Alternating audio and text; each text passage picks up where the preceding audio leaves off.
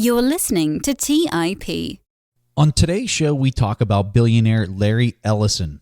Ellison is the fifth wealthiest person in the United States with a net worth of $54 billion in 2019.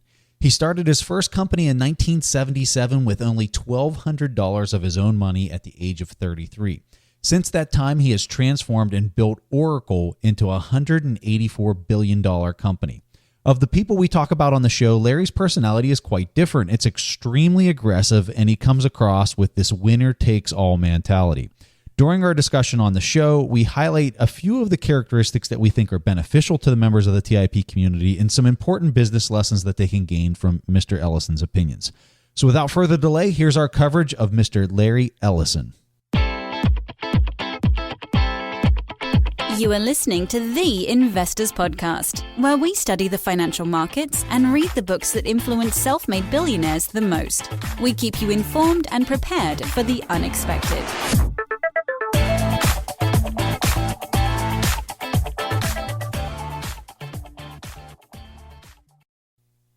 Hey everyone, welcome to the show. I'm your host, Preston Pish, and as always, I'm accompanied by my co-host, Stig Broderson. Like we said in the introduction, we'll be talking about Larry Ellison today. So before we play any questions and answers, I quickly want to provide a little bit of an overview of Mr. Ellison. So you'll hear in some of the Q&As that Larry is a fighter. He's a person who really questions all forms of authority and the status quo. In fact, I think many might even suggest that he bucks the system simply to buck the system and to fight back any opportunity that he has. And later in the show, you'll learn why that's part of his personality. As a part of this personality, he moved to California, to the Berkeley area in his early 20s, and he started working as a computer programmer. Larry attended multiple colleges but didn't graduate from any of them. So in 1979, Larry read a research paper while he was around the Berkeley area that was written by IBM on something called relational databases. IBM was not executing and building a product on this idea of relational databases. But when Larry read this research paper, he thought, I could build a product using this technology that he read about quicker than IBM could, because I'm just a small business with just myself and a couple of friends. And he felt that he could build a product there and go to market. So long story short, Larry started selling the software, which he hadn't even coded yet, to government organizations who needed the capability to access large amounts of data in a quicker way than what the current technology existed. And Larry created that product. Eventually, once he got on contract, he created this product and delivered. So after he delivered the product, this put Oracle on the map. He started making some very decent money for the company. And throughout this continued to progress, but then by the mid-90s, Oracle kind of hit a rough patch. They weren't really growing at that point, and he went through this transition of how can I remain competitive? And what you saw is he started developing this strategy by the 2000 timeframe, where he was actually conducting acquisitions, mergers and acquisitions with other companies. And one of the things that kind of really allowed Ellison to continue to grow his company, his own personal net worth, was his ability to make that transition of just building a product early on and then becoming an expert at mergers and acquisitions, in particularly in the software space, where he would see strategic opportunities to buy a company and merge that with some of his other products in order to own the intellectual property around key streams of how data was being stored, transmitted between different types of protocols over the internet. So really quite fascinating story when you look at everything that he's accomplished, everything that he's done.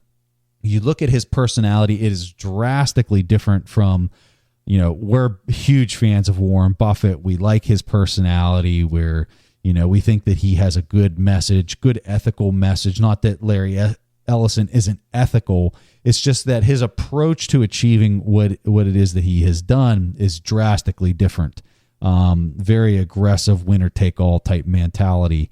And it's just really quite fascinating to see two people with very different personalities that also achieved at a very high level when you're talking about business accomplishments in their life. All right, so for the first question that we're going to play here, Larry was asked, how would you deal with criticism? And this is how he responded.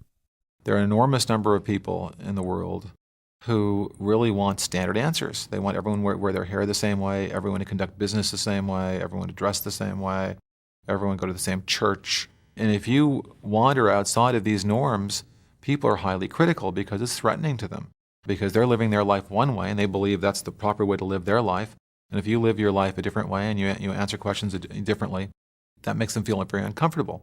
And they say, well, this person's different from I am, and then they have to say, then they simply go a little further, and they say this person's different and wrong, and I'm different and right. It takes a certain amount of strength not to succumb to fashion. I try to think things through, and I try to always ask two questions about my personal policies in life. Are they fair? Are they morally correct? And do they work?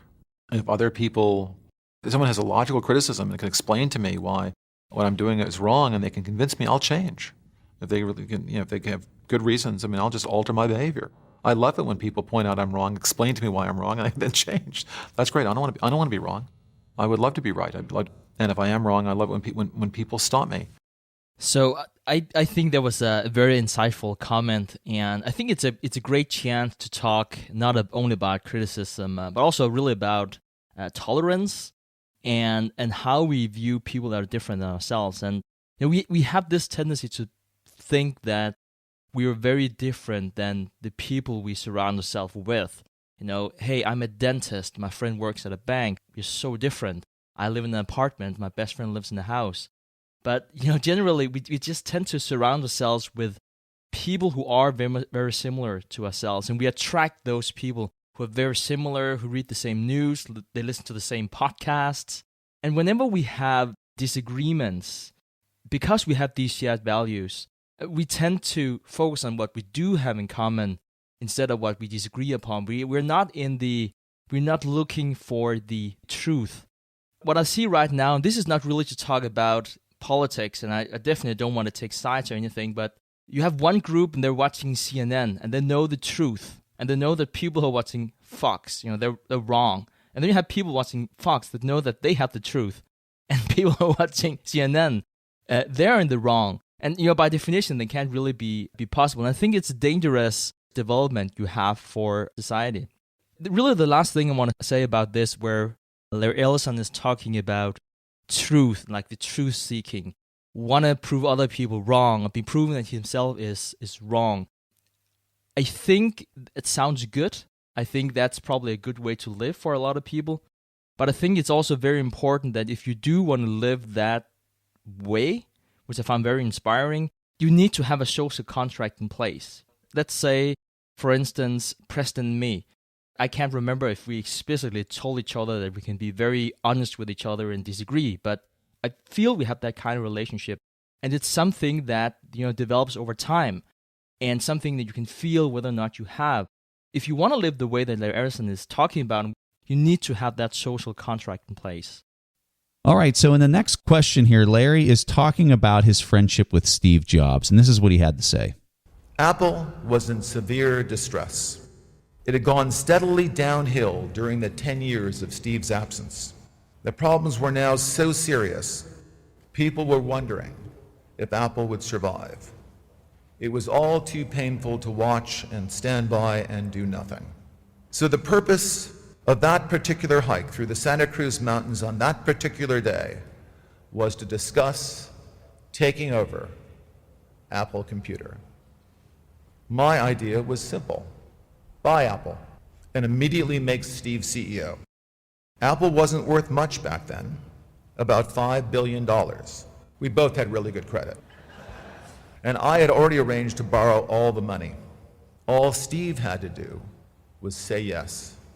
Steve proposed a somewhat more circuitous approach. First, persuade Apple to buy Next Computer. Then Steve would join the Apple board, and over time, the board would recognize that Steve was the right guy to lead the company. I said, okay, that might work. But Steve, if we don't buy Apple, how are we going to make any money? Suddenly, Steve stopped walking and turned toward me. We were facing each other when he put his left hand on my right shoulder and his right hand on my left shoulder. Staring unblinkingly into my eyes, Steve said, "Larry, this is why it's so important that I'm your friend. You don't need any more money." I said, "Yeah, I know. But we don't have to keep it. We could give it all away." I was whining. Steve just shook his head and said, "I'm not doing this for the money. I don't want to get paid. If I do this, I need to do this standing on the moral high ground." "The moral high ground," I said? "Well, that just might be the most expensive real estate on earth." But I knew I had lost the argument. Steve had made up his mind, right there and then, at Castle Rock in the summer of 1995, to save Apple his way.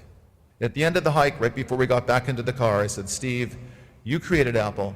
It's your company, and it's your call. I'll do whatever you want me to do."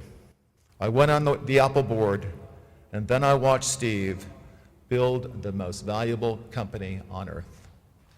So pretty incredible story here.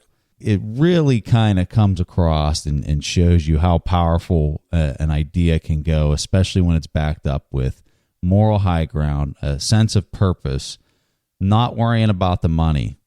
He was after something that was deep rooted into his soul and not necessarily the external things that so many people start a business for. Obviously, Steve not starting a business, but taking over a business that he had created. And I think that that's a really, really important thing to highlight when people are thinking about what is the fundamental thing driving me to create a business, if you're trying to go that route, or to get the next job in the company, or whatever it might be. I would strongly encourage people to think about that sound clip. This was just an amazing story. I never heard this story before, so it is well known that Larry Ellison and Steve Jobs were really good friends, and I think they were more than 25 years. They were close to being best friends, and they had this very special bond. It also reminds me of this quick story, and then I'll go back to Larry Ellison afterwards, but I reread the book Creativity Inc. by Ed Catmull here the other day, where he also talks about this special relationship he has to Steve Jobs whenever Jobs was acquiring Pixar. He asked this question to Steve that, what if we disagree? And Steve Jobs answered, "I would just explain it better so you, Ed, would understand why I'm right and you're wrong." So, but I remember that. That is ridiculous. Yeah. But anyway, this was really to talk more about Larry Ellison. And I think give credit where credit is due. You know, I don't think he's getting a lot of credit, if not any credit at all, for him, making Apple happen too. Yes, he was not the iconic person that you saw there on the billboard, but he had an important role to play in rebuilding that company. I think this story also tells a lot about how underrated Larry Ellison is. I don't even know if we talked about him before on the show, not an episode specifically about him, but just even in passing. I mean, he is the 7th richest person on the planet. If you look at the other people in the top 10, you have Jeff Bezos, Bill Gates, Warren Buffett, Mark Zuckerberg. Everyone would be people that we know. And even, you know someone like Steve Jobs, and now I'm talking about him again. I'm guilty as charged. And he is not at all as financially successful as Larry Ellison. It might be something to do with we know these other products. We don't know what Oracle is doing. And perhaps you've been sitting here listening to this episode and you're still like, I still don't know what Oracle is really doing. How did he make so much money? All right, so in the next question here, Larry, pertains to how he developed his personality and the personality that he thinks contributed a lot to his success and how it was formed at an early childhood. And here's his comments on that idea. I don't think my personality has changed much since I was 5 years old. Probably the single most important aspect of my personality, and as far as determining my success, has been my questioning of conventional wisdom, my doubting of experts just because they're experts, and questioning of authority. And while that can be very, very painful in terms of your relationship with your parents and your relationship with your teachers, it's enormously useful in life. I was adopted within my own family when I was 9 months old. I was born in New York City. My mother was 19. She wasn't married, and really was unable to care for me. I tried until I was 9 months old, and then I was adopted by my maternal aunt and uncle in Chicago, and moved to Chicago, the south side of Chicago. I believed until I was 12 years old that I was not adopted. I had no idea that I was adopted within my own family.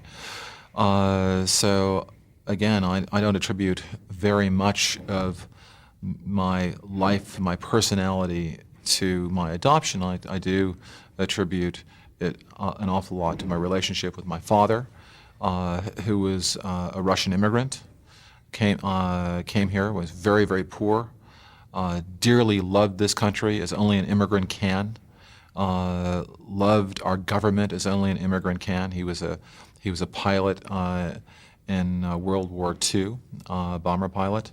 He really had the philosophy, my country, right or wrong. He never questioned the government's policies, never questioned authority, and didn't really want me to question authority. I had some teachers when I was very, very young that I thought were telling me things that weren't true. And when I tried to ask questions, they basically wanted me to respond, parrot back what they said. They really weren't interested in a discourse with a child or a debate with a child. They said this was true, and you are smart if you can repeat it back to me exactly what I said to you. And I had a real problem with that as well. So I had very strong authoritarian figures both in school and at home, which served as wonderful examples of how not to be.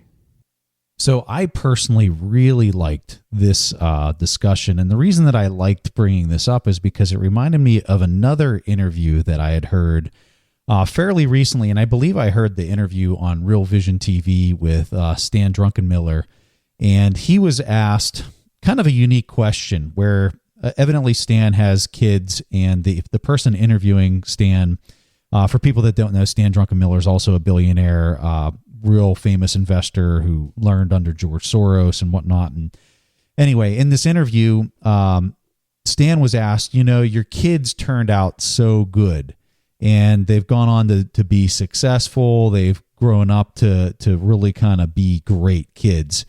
And the person asking the interview says, for a lot of people that come with substantial wealth like yourself, sometimes that's not how things play out for the children that are, grow up in that kind of household where there's this massive amount of abundance. So how did you do that? And he said something that to me I'd never heard before, and it kind of really made me think hard, and it relates to what Larry Ellison was just talking about. And Stan Druckenmiller says, I was told once that if you get the first 5 or 6 years right, everything else falls into place with your kids. And what he's really getting at is how powerful and how highly influenced a person is with the wiring of their brain at that early developmental stage of their life. And what I find fascinating is when you study machine learning and you learn how deep neural networks work, so much of how those neural networks are developing their prediction or their understanding of the data that they're being fed is highly influenced by the first flow of data that's kind of coming through it, just like how the human brain works. And so what I find fascinating about Larry Ellison's comments here is he's talking about how the thing that has had one of the most profound impacts on his personality that he thinks is why he's been so successful really goes back to that exposure that he had at a very young age of people trying to force him to fall into line and regurgitate facts and to, really listen to authority. And what it has done is it has forced him in the way that he takes in information to do the exact opposite and do it fairly aggressively. All right, so this is the point in the show where we play a question from the audience, and this question comes from Robert. Hey, Preston, Stig, it's Robert from Northern California. My question today has to do with Buffett's owner earnings. In one of his shareholder letters, he sets out his definition, which is as follows. Owner earnings represent reported earnings plus depreciation, depletion, amortization, and certain other non-cash charges, plus the average annual amount of capitalized expenditures for plant and equipment etc., that the business requires to fully maintain its long-term competitive position and its unit volume. I am wondering how this differs from EBITDA, which is something that he has rallied against in many of his shareholder letters. Thank you. All right, Robert. So you're digging into some hardcore accounting, and we absolutely love that. I'd just explain it like this. Free cash flow is what he's getting at when he's talking about owner's earnings. So if you go on Google or you go anywhere and you kind of look up the equation for free cash flow, that's pretty much what you're going to find. And for EBITDA, this is your earnings before interest, tax, depreciation, and amortization. And so for Buffett's opinion, the way he looks at EBITDA is that depreciation and amortization is a real expense to the business.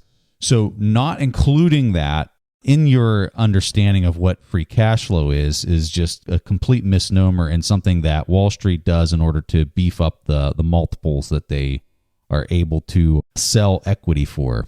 So that's kind of where all of that is coming from. And if you go to one of the shareholders meetings, he talks about usually this question gets brought up about EBITDA.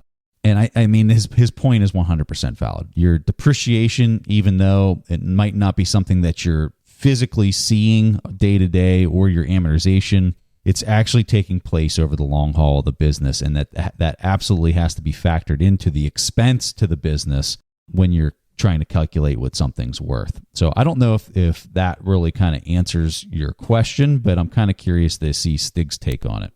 I think this is a really insightful question, because if you look at the bottom line, it says net income. It would be logic to think that's the money that I can take out of the business. That's my money as the owner. But the net income, it's more accounting more than anything else. And the frustrating thing about owner's earnings is that you can't really calculate it, or at least you can't be 100% accurate in calculating what it is. So Preston was getting at it before. He said it's the free cash flow, and that is correct. And you can't come up with a number that is free cash flow. But the way free cash flow is calculated is that it's taking your operating cash flows and then you subtract your investment cash flows. And what Warren Buffett is getting at really whenever he talks about the owner's earnings is the more abstract concept of how much money do we need to reinvest in the business to sustain that business. So it's something that you have to estimate one way or the other. So if you're looking at a company like Apple, there's definitely a capital expenditures for the iPhone business, to maintain the current revenue. And then they're setting up their new cloud division. And how does that work? Is that to maintain the current revenue? Is it to grow new revenue? It's a different number. It's something that I can estimate, and Preston can estimate, and Buffett can estimate, but we'll probably come up with 3 slightly different numbers. The reason why you hear Wall Street and so many other people talking about EBITDA is because that is very easy to calculate. You can talk about the valuation of a company and say, oh, it's 6 times EBITDA, or the fair value is 15 times EBITDA, and it's very easy to calculate. So it seems that we are very certain of that is the true value. I would prefer owner's earnings at any time, even though it's harder to estimate. All right, Robert, fantastic question. As a token of our appreciation for leaving your question, we're going to give you access to one of our free courses on the TIP Academy page on our website. The course that we're going to give you is our Intrinsic Value course. And our Intrinsic Value course teaches people how to determine the value of an individual stock. It also teaches you how to think about the market cycle and when you're buying your stock. And it also teaches you some stuff about options trading. So we're really excited to give you this course. If anybody else out there wants to check out the course, you can go to tipintrinsicvalue.com, or you can just go to our website and click on Academy, link at the top of the page, and the course is right there. So if anyone else wants to leave a question on the show, go to asktheinvestors.com, and if your question gets played on the show, you'll get a free course. All right, guys, that was all that Preston and I had for this week's episode of the Investors Podcast. We see each other again next week. Thanks for listening to TIP. To access the show notes, courses, or forums, go to theinvestorspodcast.com. To get your questions played on the show, go to asktheinvestors.com and win a free subscription to any of our courses on TIP Academy. This show is for entertainment purposes only. Before making investment decisions, consult a professional. This show is copyrighted by the TIP Network. Written permission must be granted before syndication or rebroadcasting.